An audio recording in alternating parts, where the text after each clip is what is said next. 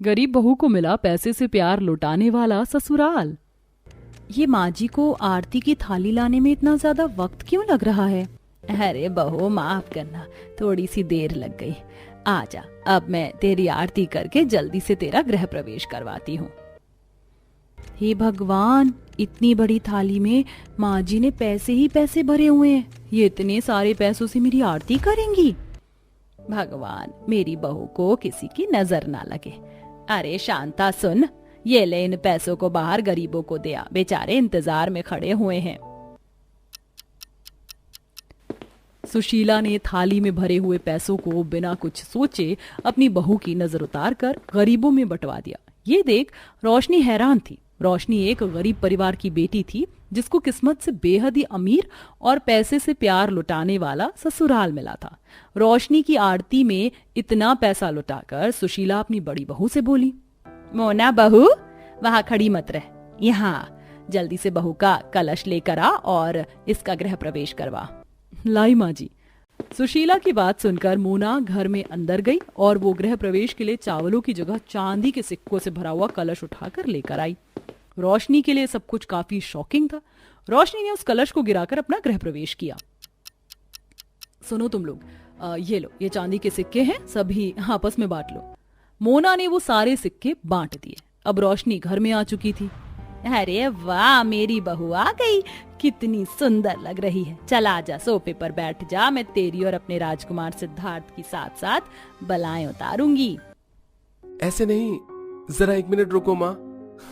दीपाली, भाभी, माँ, बाबा और भैया, आप सभी भूल गए क्या कि जब भाभी घर आई थी तो हमने कैसे पैसे लुटाए थे? चलिए रोशनी के लिए भी वैसे ही लुटाएंगे। सिद्धार्थ के ऐसे बोलते ही सारे घर वालों ने पैसे उड़ाने वाली गन निकाल ली और हाथों को हवा में करते हुए सभी ने एक साथ उन्हें चलाया।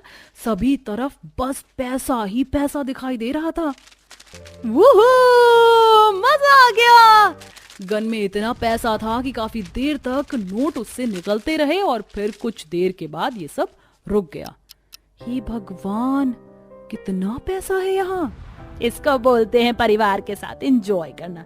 चलो, उड़ा लिए तुमने नोट, तो अब मुझे मेरे बहू बेटे की बलाएं उतारने दो।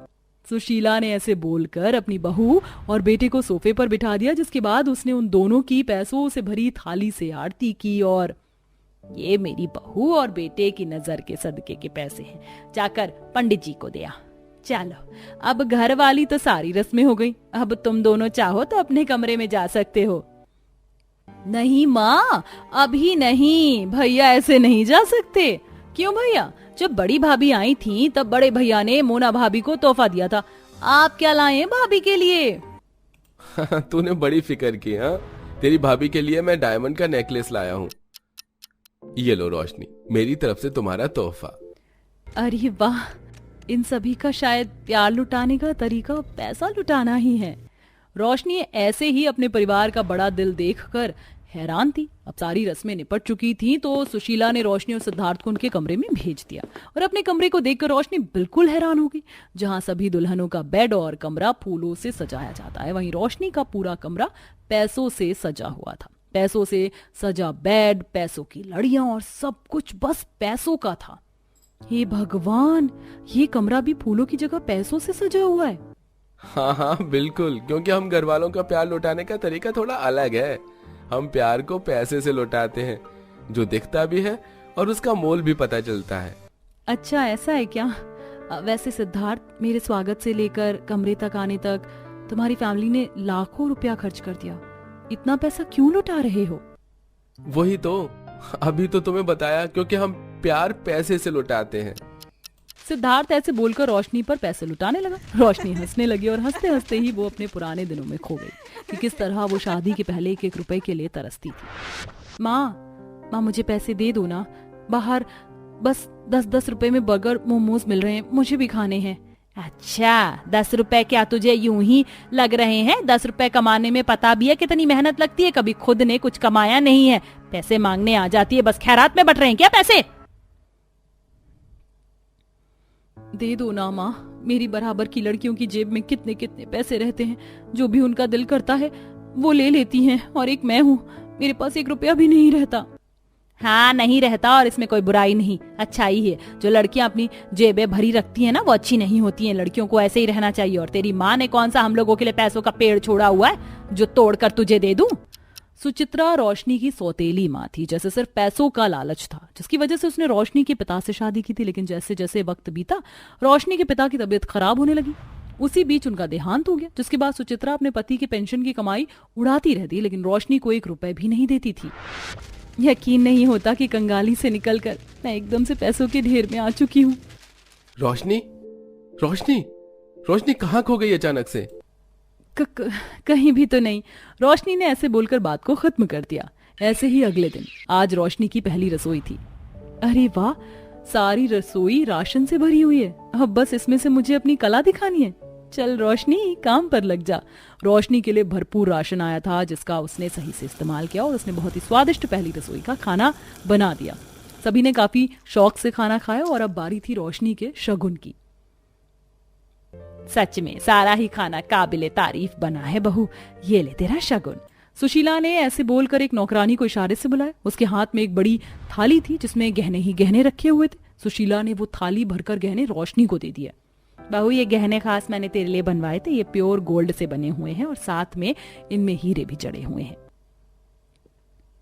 और ये है मेरी तरफ से तेरे पैसों का शगुन। सुशीला ने रोशनी को थाली भरकर गहने और एक थाली भरकर पैसे ही पैसे दिए, जिन्हें देखकर रोशनी चौंक गई और बोली, अरे माँ जी, इतने सब की क्या जरूरत थी? क्यों जरूरत नहीं थी बेटा, अभी तो मेरा भी शगुन बाकी है। ऐसे बोलकर मनमोहन ने भी एक नौकर को बुलाया, जिसकी थाल में भी नोटों की गड्डियां थी और वो सारे पैसे उसने रोशनी को दे दिए। आप सभी मुझे इस तरह से पैसे क्यों दे रहे हैं? मेरा मतलब, माँ बाबा, इतने पैसे का मैं क्या करूंगी? हाँ बहू, ये बस पैसा नहीं, इससे कहीं ज्यादा हमारा प्यार है। इसे तू रख, शॉपिंग वगैरह कर लेना। हाँ रोशनी, आज हम शॉपिंग करने चलेंगे। मोना की बात पर रोशनी मुस्कुरा दी। बस फिर क्या था, पहली रसोई से निपटने के बाद रोशनी अपनी जेठानी और ननद के साथ शॉपिंग पर गई, जहाँ भाभी जरा देखना ये वाली साड़ी कैसी लग रही है? बहुत सुंदर है और बड़े ब्रांड की है, इसे ले लो। ठीक है, चलो अब अगर कुछ और यहाँ से लेना हो तो ले लो, नहीं तो इसकी पेमेंट कर देती हूँ। नहीं भाभी, लेना तो अब कुछ भी नहीं है, लेकिन पेमेंट आप क्यों करोगी? इससे पहले भी मैंने 3 साड़ियाँ खरीदी हैं, उनके भी पैसे आपने ही दिए भाभी। क्योंकि हम पैसे से ही प्यार लुटाते हैं। अब ज्यादा शिकायत मत करो, इसे मेरा प्यार समझकर खरीद लो। मोना की बात को सुनकर रोशनी ने उसके ही पैसों से साड़ी ले ली। ऐसे ही जेठानी ने रोशनी को किसी भी चीज की पेमेंट नहीं करने दी। उन दोनों के साथ दीपाली भी आई थी। शॉपिंग के बाद वो तीनों मिलकर एक 5 स्टार होटल गईं, जहां तो भाभी बताएं कि आप क्या खाएंगी? मेरा दिल तो आप दोनों के साथ पानीपुरी चैलेंज करने को कर रहा है। चलिए करते हैं। हाँ, चलो करते हैं। दीपाली ने रोशनी के बोलने पर पानीपुरी ऑर्डर कर दी, जिसके बाद उन तीनों ने खूब मस्ती करते हुए पानीपुरी चैलेंज किया। चैलेंज के बाद भी उनका पेट नहीं भरा, जिसके बाद उन सभी ने बाकी चीजें भी खाई और खाना तो खा लिया। ये जगह तो काफी महंगी लगती है।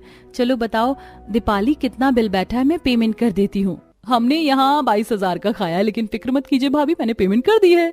22,000 खर्च हो गए? दीपाली, तुमने खुद क्यों पेमेंट की? मुझसे कहीं तो पैसे ले लो। ओहो, आप तो हमारी स्वीट भाभी हो। आप भी ना जरा अपने ऊपर प्यार लुटाने दो भाभी। दोनों ननद भाभी में से किसी ने भी रोशनी से पैसे नहीं लिए। खूब एंजॉय करने के बाद तीनों ननद भाभी घर को लौट आई। हाँ, आज का दिन तो बड़ा ही थका देने वाला था। वैसे आज मुझे बहुत ज्यादा मजा भी आया।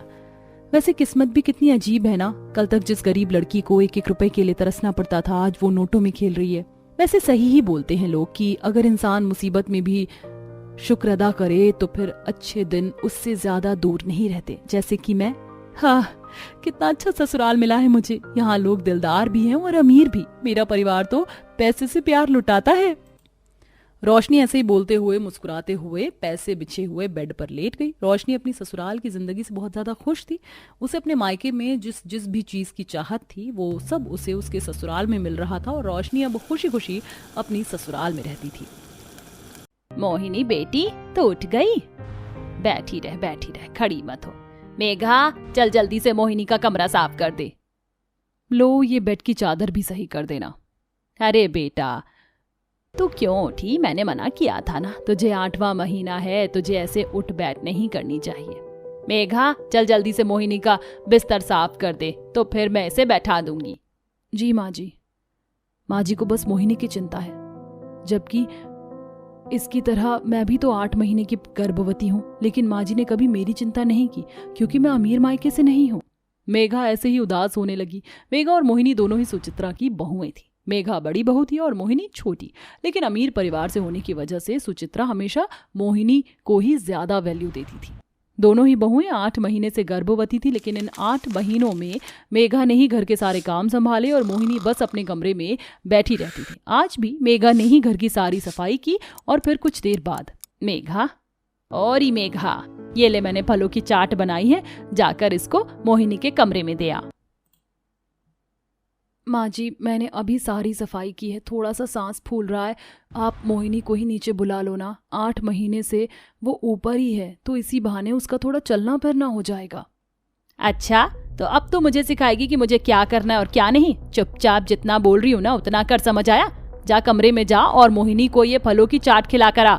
सुचित्रा के आगे मेघा कुछ नहीं बोली और प्रेगनेंसी की हालत में मेघा मोहिनी को फलों का चाट खिलाने के लिए उसके कमरे में दूसरी मंजिल पर गई, जहाँ क्या है, क्यों बार बार आकर मुझे तंग कर रही हो? माँ जी ने भिजवाया है, खा लो। लाओ दो। मोहिनी, माँ जी को तो ना जाने क्या हो गया है। 8 महीने से उन्होंने तुम्हें हिलने डुलने ही नहीं दिया, लेकिन अपनी भलाई के लिए तुम ऐसी जान सी मत बैठी रहा करो। ऐसे तो तुम्हारी डिलीवरी ही मुश्किल हो जाएगी। अपने कमरे में ही थोड़ा चल फिर लिया करो। खुद को तो काम करने पड़ते हैं, इसीलिए मैं बैठी हुई बुरी लगती होंगी ना तुम्हें? मुझे पागल ना समझना, मैं अच्छे से जानती हूँ कि तुम ऐसे क्यों बोल रही हो। अब जाओ। मेघा ने मोहिनी को समझाया तो, लेकिन मोहिनी को कुछ भी समझ में नहीं आया। ऐसे ही कुछ दिन और बीत गए और वो दिन भी आया जब दोनों बहुओं की गोद भराई हुई। एक तरफ मोहिनी की माँ अपनी बेटी की गोद भराई के लिए खूब सारा सामान लेकर आई, तो वहीं दूसरी तरफ मेघा की माँ ने अपनी हैसियत के हिसाब से ही काम किया। अरे आ गई राजबाला समधन जी, आओ आओ बैठो। अरे विद्या जी आप भी आई हो, बैठ जाओ। सुचित्रा के बोलने पर उसकी दोनों समधन उसके साथ बैठ गई और समधन जी, सामान तो देख लिया होगा आपने। मैंने कैरी बेटी के लिए 10 किलो घी, साथ में 1 बोरी बादाम, 1 बोरी काजू और सारे ड्राई फ्रूट्स की 1-1 बोरी रखवाई है। और 10 मेरी बेटी के सूट हैं, 15 मेरी आने वाली नवासी या नवासा जो भी होगा उसके लिए सूट है, और खिलौने में अलग से लाई हूँ। हाँ जी देख लिया। वैसे इतना सब करने की क्या जरूरत थी? मेरा मतलब आप तो पहले ही कितना कुछ करती रहती हो। अरे हाँ, बस बेटी है तो कर देते हैं। वैसे विद्या जी, आप क्या लाई हो अपनी बेटी के लिए? मैंने तो मेघा की प्रेगनेंसी का पता चलते ही उसके बच्चे के लिए स्वेटर बनाना शुरू कर दिया था। मैं स्वेटर लेकर आई हूँ। फिर जब मुझे पता चला कि मोहिनी बेटी भी साथ साथ ही गर्भवती हुई है, तो मैंने 1 स्वेटर उसके लिए भी बना दिया। बस 1 स्वेटर में निपटा दिया। हाँ माँ, क्योंकि हर किसी के पास देने को आप जैसा दिल नहीं होता है ना। मोहिनी मेरी बच्ची, हाय नजर ना लगे कितनी खूबसूरत हो गई है तू तो इस नए सफर में। हाय हाय, 9वें महीने में सीढ़ियां उतर कर आ रही है। बैठ जा, यहाँ बैठ। राजबाला ने सिर्फ अपनी बेटी को बैठाया, वहीं पर मेघा भी खड़ी हुई थी। हाय मेरी बच्ची, तू भी बैठ। माँ, आपने जो अपने हाथों से स्वेटर बनाया है ना, वो बेस्ट है, मुझे बहुत ज्यादा पसंद आया। मैं जानती थी कि चाहे किसी को वो अच्छा लगे या ना लगे, लेकिन मेरी बेटी को वो जरूर पसंद आएगा। आप लोगों ने कुछ खाया? यही तो मैं तुझसे कहने वाली थी, जा रसोई में जाकर राजबाला जी के लिए कुछ खाने का इंतजाम कर। सुचित्रा ने बस मोहिनी की माँ राजबाला का नाम लिया। मोहिनी बेचारी उदास सी रसोई में आई और उसने सभी के लिए सबसे पहले चाय बनाई, फिर सबके आगे नाश्ता लगाकर सभी को नाश्ता करवाया। इस बीच मोहिनी बस पत्थर की तरह एक ही जगह पर लेटी रही, जिसको देखकर विद्या बोली, अरे मोहिनी बेटा, तू क्यों ऐसे एक ही जगह पर जाम सी बैठी हुई है? माना कि तेरा पहला बच्चा है, लेकिन मेरी बेटी का भी तो पहला ही बच्चा है ना। थोड़े से हाथ पांव हिला, नहीं तो बच्चा अकड़ जाएगा, और फिर पता है डिलीवरी में ऑपरेशन की नौबत भी आ सकती है।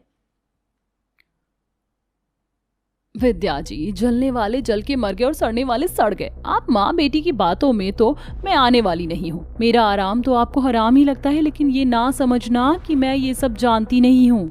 ये हुई ना मेरी बेटी वाली बात। विद्या की सही बात पर भी राजबाला या सुचित्रा ने मोहिनी को कुछ नहीं समझाया। ऐसे ही दोनों बहुओं की प्रेगनेंसी के महीने खत्म हुए और डिलीवरी का वक्त आ गया। पहले मेघा की डिलीवरी हुई। मेघा की डिलीवरी के वक्त सुचित्रा उसे सरकारी अस्पताल लेकर गई, जहां मेघा ने बड़े ही आराम से एक बेटे को जन्म दिया। माँ जी और मेरी जन्म देने वाली माँ जी, आप दोनों साथ हो, मुझसे पहले मेरे बच्चे को आप दोनों उठाओ। पहले इसे आप लो, उसके बाद आप इसे मेरी गोदी में देना। बेटा मैं तो इसकी नानी हूँ, सुचित्रा जी इसकी दादी हैं, इन्होंने ही तेरा ख्याल रखा है, तो पहले बच्चे को गोद में लेने का हक भी इन्हें ही है। विद्या या मेघा ने पहले बच्चे को नहीं लिया, सबसे पहले उसे सुचित्रा ने गोद में भरा, लेकिन अभी भी सुचित्रा को अपनी बहू और उसकी माँ की अच्छाई नजर नहीं आई थी। ऐसे ही फिर कुछ दिनों के बाद मोहिनी को भी बैठे बैठे लेबर पेन स्टार्ट हो गया। माँ जी आइए, मुझे बहुत दर्द हो रहा है। मोहिनी को भी जल्दी से सुचित्रा अच्छे बड़े प्राइवेट हॉस्पिटल में लेकर गई। हॉस्पिटल में जल्दी से राजबाला, मेघा और विद्या भी पहुंच गई। लेकिन डॉक्टर क्या हुआ, मेरी बेटी को बेटी हुई या बेटा? बोलो डॉक्टर। अभी तो कुछ भी नहीं हो रहा है। आपकी बेटी शायद प्रेगनेंसी के दौरान बस बैठी या लेटी ही रही है, जिसकी वजह से उनका बच्चा अंदर ही जाम हो गया है। वैसे हम लोग कोशिश कर रहे हैं। डॉक्टर ऐसे बोलकर अंदर चला गया। काफी देर तक मोहिनी के तड़पने की आवाजें आती रही, वो चीखती रही और बड़ी ही मुश्किल से उसकी डिलीवरी हुई और उसकी गोद में एक बहुत ही सुंदर बेटी आई। ला मोहिनी, इसे मुझे दे। नहीं बहू, मेरी पोती को पहले मुझे देना। नहीं, मैं किसी को नहीं दूंगी। आप दोनों की वजह से आज मुझे कितना दुख झेलना पड़ा, आपको पता भी है। मोहिनी अपनी सास और माँ दोनों से ही नाराज हो गई। उसे अब मेघा की माँ और मेघा की बात सही तो लग रही थी, लेकिन उसका उन दोनों से बोलने का मुंह नहीं पड़ रहा था। अब दोनों ही बहुएं डिलीवरी के बाद अपने घर में थी। मेघा तो अब बिल्कुल सही हो चुकी थी, वो बड़े ही आराम से अपने बच्चे का ख्याल रखती। तो वहीं मोहिनी को डिलीवरी में दिक्कत आने से काफ़ी कमज़ोरी हो गई थी। ना वो अपने बच्चे का सही से ख्याल रख पाती थी और ना ही वो खुश रहती। ऐसे ही चलते चलते आज दोनों बहुएं अपने अपने बच्चों को लिए घर के हॉल में टहल रही थी। मेरी प्यारी सी राजकुमारी, सो जा, देख तेरी माँ थक गई है, सो जाना। तुम तो सच में ही बहुत ज्यादा थकी हुई लग रही हो मोहिनी। मोहिनी! अभी मेघा ऐसे बोल ही रही थी कि तभी उसने देखा कि मोहिनी को चक्कर आ रहा है। मेघा ने जल्दी से अपने बेटे के साथ साथ मोहिनी की बेटी को संभाला और मोहिनी को भी सहारा दिया। मेघा के चिल्लाने से सुचित्रा भी वहां आ गई और कुछ देर बाद क्या हालत हो गई है मेरी बेटी की, सूखकर कांटे जैसी लगने लगी है। मोहिनी, भगवान का शुक्र अदा कर जो तुझे या तेरी बच्ची को कहीं चोट नहीं आई। अच्छा चल, अब मैं चलती हूँ, घर पर भी काम है। माँ, आपने मेरा प्रेगनेंसी में तो ख्याल रखा नहीं। मैं आपकी एडवाइस पर रही, जिससे मेरी जानलेवा डिलीवरी हुई और उसी से मैं इतनी कमज़ोर हो गई हूँ कि मेरे अंदर अब मेरे बच्चे को संभालने की भी ताकत नहीं है। मेरी आपसे विनती है माँ, अब कुछ दिन आप मेरे साथ रुक जाओ। मुझसे अकेले इस बच्ची को नहीं संभाला जाएगा। अरे बेटा, मैं कैसे यहाँ रुक सकती हूँ? मोहिनी बेटा, तू चिंता ना कर, मैं रुक जाऊंगी। माँ, आप कैसे रुक सकती हो? आपका काम। अरे काम तो बेटा सारी जिंदगी का है, मैं रुक जाऊंगी तो चिंता ना कर, काम भी होता रहेगा। सच? आप मेरे लिए अपना काम भी छोड़ने को राजी हो, जबकि आप तो रोज कमाने खाने वाली औरत हो। मुझे माफ कर देना विद्या माँ, अगर मेरी कोई बात आपको बुरी लगी हो तो। आज तक मैंने अपनी माँ को आपसे बेहतर समझा, लेकिन मेरी मुसीबत के दिनों में आप आगे आई। आपने मेरी चिंता की, मुझे गर्भवती के दौरान समझाया भी, लेकिन मैं ही पागल थी जो आपकी बात को नहीं मानी। मुझे माफ कर देना विद्या माँ। अरे बेटा, इस तरह से माफी मत मांग। मोहिनी को आज सच्चाई का अंदाजा हुआ था कि जिस औरत को वो शुरू से गलत समझती थी और जिसकी बेटी से वो बैर रखती थी, असल में उन्हें ही उसकी चिंता थी। आज के बाद से फिर कभी मोहिनी ने मेघा या विद्या से कोई बैर नहीं रखा और अब दोनों देवरानी जेठानी मिलजुल कर खुशी खुशी रहती थी।